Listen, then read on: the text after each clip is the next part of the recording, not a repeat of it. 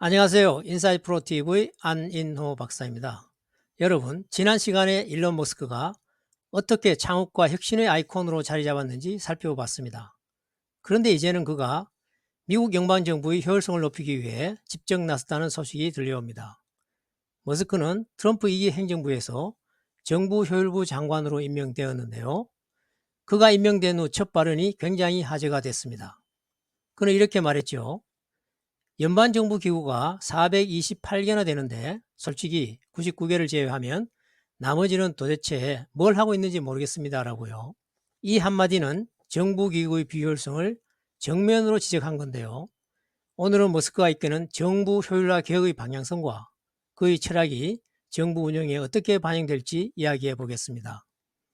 머스크가 정말로 정부 운영을 혁신할 수 있을까요? 함께 알아보시죠. 머스크는 트럼프 행정부와의 관계를 트럼프 1기 때부터 시작했습니다. 당시 그는 대통령 자문위원회와 제조업 자문위원회에 참여하며 기술과 환경 문제에 대해 조언했죠. 그러나 파리 기후협약 탈퇴 후 머스크는 위원회에서 탈퇴하며 기후변화는 모든 인류가 해결해야 할 문제라는 자신의 철학을 분명히 했습니다. 하지만 트럼프는 머스크의 독창적인 사고방식과 실행력을 높이 평가했고 결국 트럼프 2기 행정부에서 정부 효율부 장관으로 발탁되게 됩니다. 왜 머스크였을까요? 트럼프 행정부는 정부 기구의 축소와 예산 삭감을 핵심 과제로 내세우고 있습니다. 그리고 이 과제를 혁신적으로 실행할 인물로 머스크를 선택한 겁니다. 머스크는 임명 후 이렇게 말했습니다. 정부는 비효율의 상징처럼 느껴집니다. 그러나 민간의 혁신적인 사고가 필요하다면 제가 기꺼이 돕겠습니다. 이 발언은 단순히 비판에 그치지 않고 구체적인 변화를 이루겠다는 의지를 담고 있습니다.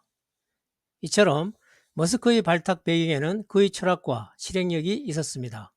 그럼 이제 머스크가 정부 효율부 장관으로서 어떤 역할을 할지 살펴보겠습니다. 머스크가 정부 효율부 장관으로서 맡게 된 핵심 과제는 무엇일까요?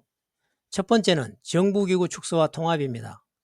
머스크는 연방정부 기구 428개 중 99개만으로도 충분하다고 언급하며 나머지 329개는 역할이 불명하다고 비판했습니다. 그는 이렇게 말했죠. 솔직히 그 많은 기관들이 뭘 하고 있는지 국민도 저도 모릅니다. 정말 필요한 것만 남겨야 하지 않을까요? 이 발언은 단순한 비판이 아니라 정부기구의 중복성과 비효율성을 날카롭게 지적한 겁니다. 머스크는 스페이스X와 테슬라에서 복잡한 조직 구조를 간소화하며 성과를 낸 경험을 바탕으로 정부기구 통합과 축소를 추진할 가능성이 높습니다. 두 번째는 예산 삭감과 효율적인 예산 운용입니다. 머스크는 스페이스X에서 로켓 발사 비용을 10분의 1로 줄인 인물입니다. 그는 정부 예산에서도 비슷한 혁신을 추구할 가능성이 큽니다. 불필요한 지출 항목을 제거하고 핵심 분야에 집중적으로 투자하는 방식을 도입할 것입니다. AI와 빅데이터를 활용해 정부 자원의 흐름을 분석하고 예산 낭비를 막는 새로운 시스템을 제안할 수 있죠. 세 번째는 디지털 정부 구축입니다. 머스크는 정부를 디지털화하고 국민이 체감할 수 있을 만큼 행정 서비스를 혁신할 것입니다. 그는 행정 절차를 블록체인으로 투명화하고 AI 기반의 자동화 시스템으로 국민 편의를 높이는 방안을 제시할 수 있습니다. 머스크는 기술은 효율성을 넘어 국민과 정부를 더 가깝게 만들 수 있다고 말하며 디지털 전환의 중요성을 강조한 바 있습니다. 머스크는 정부 기구를 축소하고 효율성을 높이는 것뿐만 아니라 국민이 체감할 수 있는 혁신적인 변화를 만들어낼 가능성이 큽니다. 그럼 그의 철학과 비전이 이런 역할에 어떻게 반영될지 살펴보겠습니다. 머스크는 항상 불가능한 것을 어떻게 가능하게 만들까에 대해 고민하는 사람입니다. 그의 철학은 정부 운영에서도 강하게 반영될 것입니다. 첫째는 실패를 두려워하지 않는 문화입니다. 머스크는 이렇게 말했지요. 실패는 옵션입니다. 하지만 무언가를 배우지 못하는 건 옵션이 아닙니다. 그는 실패를 두려워하지 않는 문화를 정부에도 심어 혁신적인 시도를 장려할 가능성이 큽니다. 둘째는 효율성을 넘어선 혁신입니다. 머스크는 단순히 효율성을 추구하는 것을 넘어 기존의 문제를 완전히 새롭게 해결하는 방법을 찾습니다. 예를 들어 복잡한 행정 절차를 간소화하는 것뿐만 아니라 국민이 그런 절차를 인지할 필요조차 없게 만드는 혁신적인 아이디어를 제안할 수 있죠. 셋째는 장기적인 비전과 실행력입니다. 머스크는 항상 장기적인 목표를 설정하고 이를 위해 단계를 나누어 실현해 왔습니다.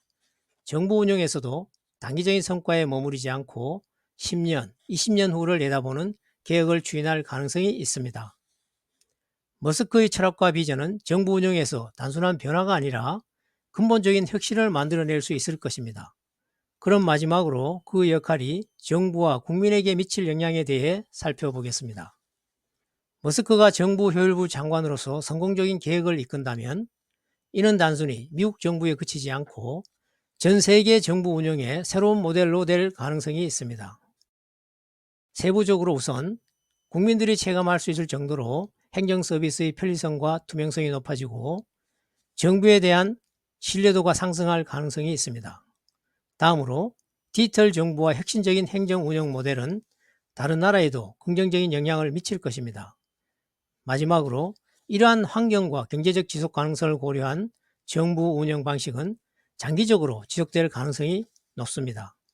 머스크는 단순히 혁신가가 아니라 공공의 가치를 실현할 수 있는 리더로 자리 잡을 수 있을 것입니다.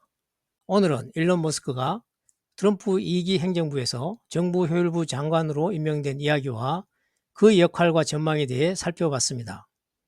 인사이트 프로 TV는 이렇게 세상을 바꾸는 인물들의 이야기뿐만 아니라 우리 삶을 풍요롭게 만들 수 있는 통찰력을 전하고자 합니다. 오늘의 영상이 유익하셨다면 구독과 좋아요 부탁드리며 다음 시간에는 또 다른 흥미로운 주제로 찾아뵙겠습니다. 시청해 주셔서 감사합니다.